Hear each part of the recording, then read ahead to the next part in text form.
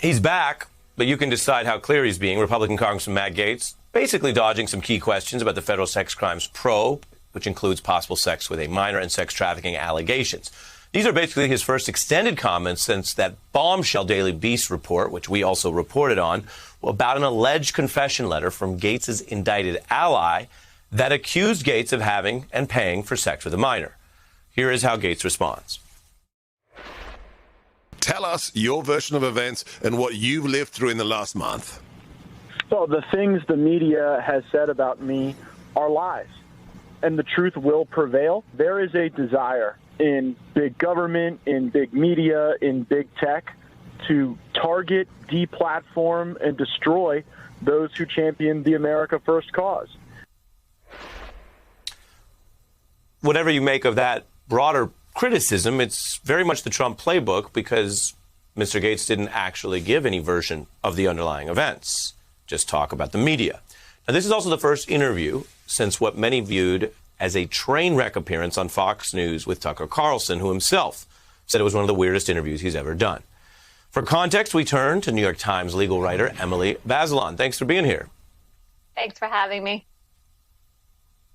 What did you think of that answer there and his attempt to come out and speak to a relatively friendly audience after that really bombshell set of accusations in the Beast?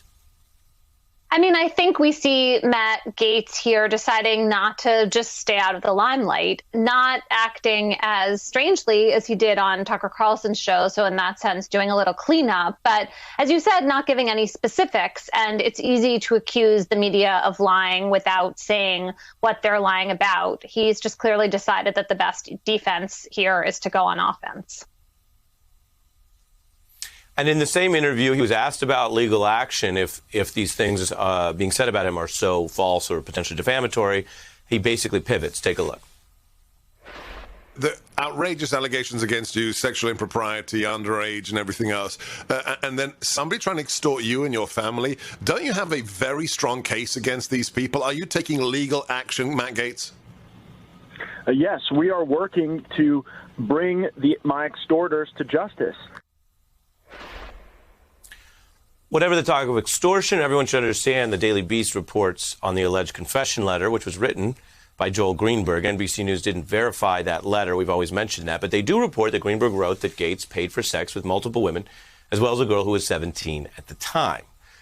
So when you look at that response there, again, you can't tell if Mr. Gorka is so bought into the theory that he wants to tee it up, or he's finding a friendly-sounding way of actually calling out the fact that Gaetz may not want to have a separate case on this if it's not strong, if people are not indeed lying about him. Right. I mean, maybe there's a hint of skepticism on Gorka's part, because if you're going to make this big conspiracy charge about people in the Department of Justice and this tens of millions of dollars of extortion ring against your family, you would think you might have some evidence to back that up. If Gaetz doesn't have any evidence and doesn't move forward with some way of proving it, then it just looks like a giant distraction. I suppose we don't know the answer yet, just as we also don't know whether the allegations against Matt Gaetz are going to prove out. This is a story in which there's lots of throwing around of huge accusations, and it's very unresolved.